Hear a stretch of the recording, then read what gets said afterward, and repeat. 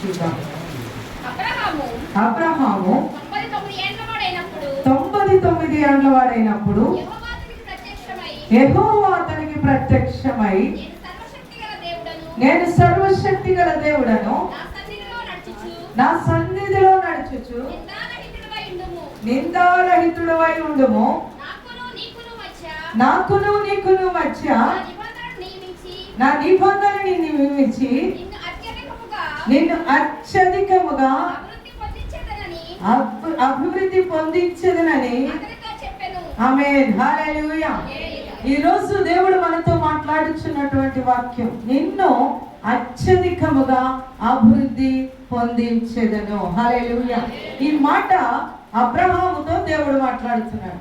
బైబిల్లో అబ్రహాము గురించి మనం చూసినప్పుడు అబ్రహాము విశ్వాసమునకు కర్త, తండ్రి. హల్లెలూయా. ఈ ఆది కాండంలో అబ్రహాముతో స్టార్ట్ అయినటువంటి ఈ మాటలు, ఈ వాక్యము చివరి వరకు ప్రతి అవసరత, ప్రతి సాక్ష్యము, ప్రతి విషయంలో కూడా అనేక మంది భక్తులు ఈ యొక్క మాటలను ఏం చేస్తుంటారు, జ్ఞాపకం చేసుకుంటూ ఉంటారు. మనము కూడా జ్ఞాపకం చేసుకుంటాం. ఎందువలనంటే విశ్వాసం లేకుండా క్రైస్తవుడు కాదు, క్రైస్తవత్వంలో విశ్వాసం లేకుండా ఉండదు. క్రైస్తవుడు మీన్స్ విశ్వాసము, విశ్వాసం మీన్స్ క్రైస్తవుడు. హల్లెలూయా. అబ్రహాము విశ్వాసమునకు తండ్రి, కర్త. ఆది పితరుడైనటువంటి మన అబ్రహాము అత్యంత గౌరవముగా, ముఖ్యముగా క్రైస్తవ, యూద, ఇస్లాం మతములలో అబ్రహాముని గురించి చెప్పుకోకుండా ఉంటారు.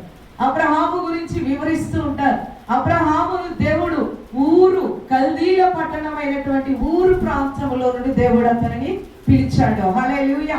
పిలిచిన దేవుడు నమ్మదగిన వాడని నమ్మాడు. హల్లెలూయా. పిలుపుకు లోబడ్డాడు. ఎవరు? అబ్రహాము. మనం లోబడే మనస్తత్వం కలిగి ఉంటే ఈ రోజు దేవుడు మనల్ని అత్యధికంగా ఆశీర్వదిస్తాడు. ఎలా ఆశీర్వదిస్తాడు? Not a little bit. నీకు ఎంత కావాలో అంతగా దేవుడు ఆశీర్వదిస్తాడు. ఇంతేనా ప్రభు అంటే ఇంకెంత కావాలని అడిగే స్థితిలోనికి మనం వెళ్ళాలి అని అంటే మొదటిగా లోబడటం నేర్చుకోవాలి. ఏం నేర్చుకోవాలి? చెప్పాలి. ఉన్నదా లోబడే పద్ధతి? ఏమా, ఎంతమందికి లోబడుతున్నావు? ముఖ్యంగా నీ భర్తకు లోబడుతున్నావా? నీ భర్త చెప్పిన మాట వింటున్నావా? బిడ్డలైనటువంటి మీరు తల్లిదండ్రుల మాట వింటున్నారా? ఆధ్యాత్మికంగా ఆలోచన చేసే కన్నా ఈ లోకంలో మనం నివసిస్తున్న మన యొక్క పరిస్థితులలో ఏ విషయంలో ఎవరికి నువ్వు లోబడుతున్నావు? తలలోపటం కాదండి. అన్ని విషయాల్లో మందిరంలో అనే చెప్తాం. ఎలా చెప్తాం? నేను పాపిని కాదు, నేను అపరాధిని కాదు, నేను ఎప్పుడు పాపం చేయలేదు, నేను ఎప్పుడు అబద్ధం ఆడలేదు, నేను ఎవరిని బాధ పెట్టలేదు అన్న విషయాలు మందిరంలో చెప్పడానికి చాలా బాగుంటాయి. కానీ నిజ జీవితంలో మోకరించి ప్రార్థన చేసుకుని బ్రతికెంతో బయటపడుతుంది. ఏ విధముగా నీ బ్రతుకున్నదో తెలుస్తుంది. అబ్రహాము తన జీవితంలో దేవునికి మొదటిగా లోబడటం నేర్చుకున్నాడు. పిలిచిన వెంటనే హల్లెలూయా దేవుని సన్నిధిలో చూస్తే రెండవది నిబంధన కలిగి ఉన్నాడు. హల్లెలూయా. ఏం కలిగి ఉన్నాడు? దేవునికి అతనికి. అదే మాట 12వ అధ్యాయంలో దేవుడు అబ్రహామును పిలిచిన దేవుడు 17వ అధ్యాయంలోకి వచ్చినప్పుడు అక్కడ నా నిబంధన నీతో స్థిరపరుస్తానంటున్నాడు. అంటే నిబంధన, అగ్రిమెంట్. ఇప్పుడు దేవుడికి నీకు ఏ అగ్రిమెంట్ ఉంది దాని మీద ముద్ర వేస్తే అది సక్సెస్ఫుల్ గా పూర్తవ్వాలి.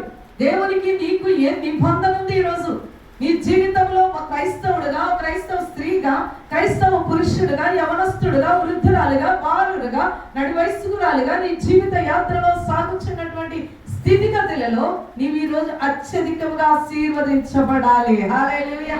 ఎలా ఆశీర్వదించబడాలి? రాత్రి నేను చెప్పాను. ఆశీర్వాదం అనగా ఏమిటి? ఆశీర్వాదం అనగా దేని ద్వారా వస్తుంది? దేని ద్వారా వస్తుంది? స్తుతి అనగా ఆశీర్వాదం. రిఫరెన్స్ కూడా నేను చూపించాను. ఎక్కడ చూపించాను?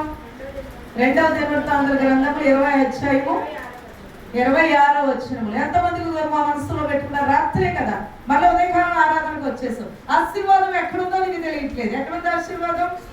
స్తుతించుటలో ఆశీర్వాదం ఉంది, విరామము లేకుండా. హల్లెలూయా.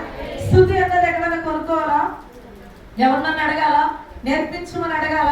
పాట అయితే నువ్వు ఎలా పాడుతున్నావు చుట్టూ నాకు నేర్పించని అడగాలి. ప్రార్థన అయితే నువ్వు ఎలా చేస్తున్నావు తల్లి నాకు నేర్పించని అడగాలి.